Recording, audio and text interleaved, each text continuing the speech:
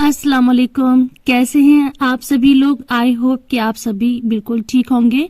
अल्हम्दुलिल्लाह मैं भी बिल्कुल खैरियत से हूं। तो शुरू करते हैं आज का व्लॉग। और आज के व्लॉग में मैं आपको वजीफे का सही तरीका बताऊंगी कि अगर आप लोग कोई वजीफा करते हैं या करना चाहते हैं तो कुछ बातों का ख्याल रखें, तो इंशाल्लाह अल्लाह के हुक्म से आपकी दुआएं जरूर कबूल होंगी। ये है रात का टाइम और खाना हो चुका है। उसके बाद बच्चों का दिल चाह रहा था कुछ चटपटा स्पाइसी खाने के लिए, तो ये लोग बना रहे हैं रेमन, तो मैं भी खाऊंगी उसको। और मैं बाहर का मौसम दिखा रही हूँ। बहुत ज्यादा ठंड हो रही है और रात के ये 11 बज रहे हैं और चारों तरफ बहुत फॉग है। मौसम है बहुत ज्यादा ठंडा, तो ऐसे मौसम में चटपटा सा खाने का दिल था, तो उन लोगों ने बना लिया है रेमन्स। और मैंने भी फिर इन लोगों के साथ खाया था, क्योंकि चटपटी चीजें जब बनती हैं तो जाहिर सी बात है दिल करता है खाने का। अच्छा, ये बेटे बना रहे हैं, तो उन्होंने अपने में अंडा डाला था, तो ऊपर से वो कुक्ड हो गया था, अंदर से बिल्कुल कच्चा था। तो उसकी जो योक होता है वो बिल्कुल रनी रनी सा था, लिक्विडी था, जैसे पोर्च एग होता है। लेकिन मुझे तो ये पसंद नहीं है, तो सिर्फ बेटे ने अपने में डाला था। मैंने और बेटी ने नॉर्मल खाया था। तो यहाँ पर बेटा वही दिखा रहा है कि देखिए इस तरह से खाया जाता है। मतलब अम्मा को सिखा रहे थे कि किस तरह से खाया जाता है। तो मैंने कहा नहीं, मुझे नहीं पसंद ये कच्चे अंडे वाला। खैर मैंने और बेटी ने बिना एग का खाया था। तो अब मैं बनाया तो बच्चों ने था, लेकिन मैं लेकर अपना रूम में आ गई थी, क्योंकि मुझे लग रही थी बहुत ज्यादा ठंड, बहुत हो भी रही है, मौसम बहुत अच्छा है। तो मैं आ गई हूँ अपने रूम में और मैं यहाँ पर बैठकर खाऊंगी।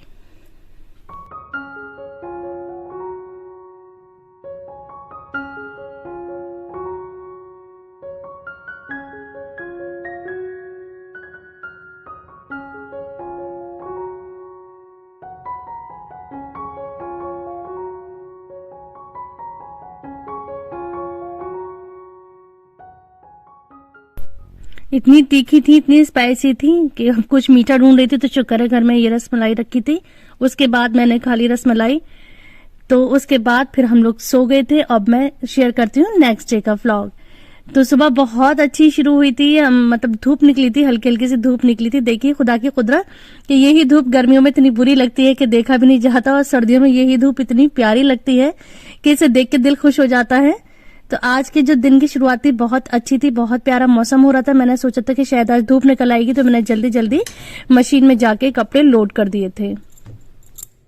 इस मौसम में कपड़े धुल तो आराम से जाते हैं, लेकिन सूखने में बहुत टाइम लगता है। जैसे कि मैं पिछले कई व्लॉग में अपना स्ट्रगल दिखा रही हूँ कि कपड़े कितनी ही मुश्किल से सूख रहे हैं और कितने दिन के बाद उनको उठाकर रख पा रही हूँ, क्योंकि धूप ही नहीं लगती है। अब उसके बाद सबने उठना शुरू कर दिया था, सास भी उठ गई थी। वैसे हमारे यहाँ फजर पढ़ के चाय पीकर सब लेट जाते हैं। फिर सर्दियां हैं, स्कूल भी नहीं है, तो थोड़ा देर से उठते हैं। तो अब सब देर से उठे हैं, तो मैंने नाश्ता बना लिया था। नाश्ते में थे काले चने, स्लाइस और ऑमलेट। तो इसके बाद हम नाश्ता करेंगे और फिर दिन के और कामों में लगेंगे।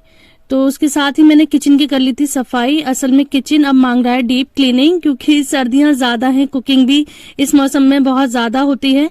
ठंड होती है तो बस ये रहता है अब ये बना लें, अब वो बना लें। तो चिमनी वगैरह है और जो टाइल्स हैं, कैबिनेट्स वगैरह हैं, वो सब क्लीनिंग मांग रही है। लेकिन थोड़ी मौसम अच्छा हो जाए, दिन थोड़े बड़े हो जाएं, धूप निकल आए, तब मैं डीप क्लीनिंग करूंगी।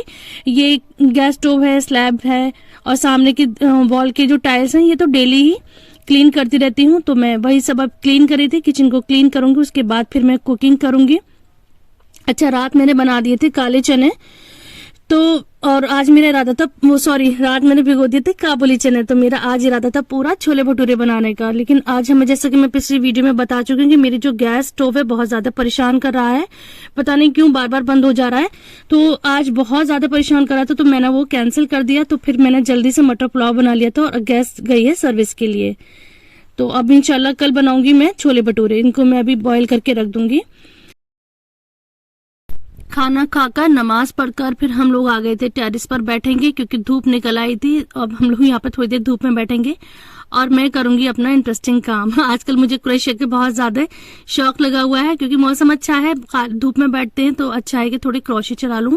और साथ ही मैं आपसे बहुत ही जरूरी बात शेयर करना चाह रही हूँ कि सबको कुछ न कुछ जरूरत होती है। कोई अपनी नौकरी को लेकर परेशान है, कोई अपनी सेहत को लेकर परेशान है, कोई कारोबार की तरफ से परेशान है, कोई अपने बच्चों की शादी के लिए परेशान है या खुद की शादी के लिए परेशान है, तो हर इंसान परेशान है और परेशान होकर वो दुआ ही करता है अल्लाह ताला से, और दुआ ही करनी चाहिए, और जिसके लिए वो वजीफों का सहारा लेता है। वजीफे करना बहुत ही अच्छी बात है, अल्लाह को याद करना, अल्लाह को शरीक करके दुआ मांगना, और वो भी कुरान के हवाले से। तो वजीफों में क्या होता है कि कुरान की ही आयतें होती हैं, कुरान की ही सूरतें होती हैं, जिसको पढ़ना का एक मखसूस तरीका होता है, उससे वो अल्लाह के हुक्म से अल्लाह ताला उनको कबूल कर लेता है, और जो हमारी जायज दुआएं हैं अल्लाह ताला उनको पूरा करता है। मेरी दुआ है कि अल्लाह ताला हर किसी की जायज दुआओं को जल्द से जल्द कबूल करे।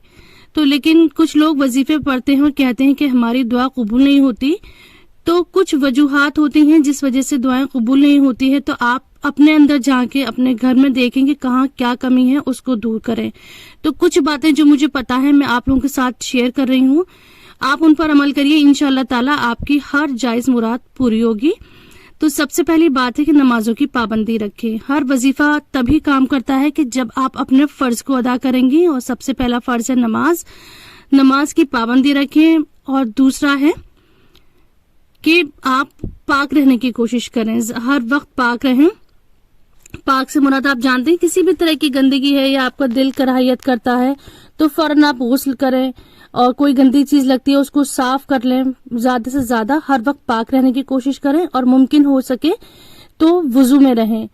अगर आप हर वक्त वुजू में रहेंगे तो आपको दिल दिमाग को एक अलग ही तकवीयत मिलेगी, अलग ही सुकून मिलेगा। अगर आप चाहेंगे तो मैं आगे वुजू के ऊपर पूरी डिटेल वीडियो बना सकती हूँ।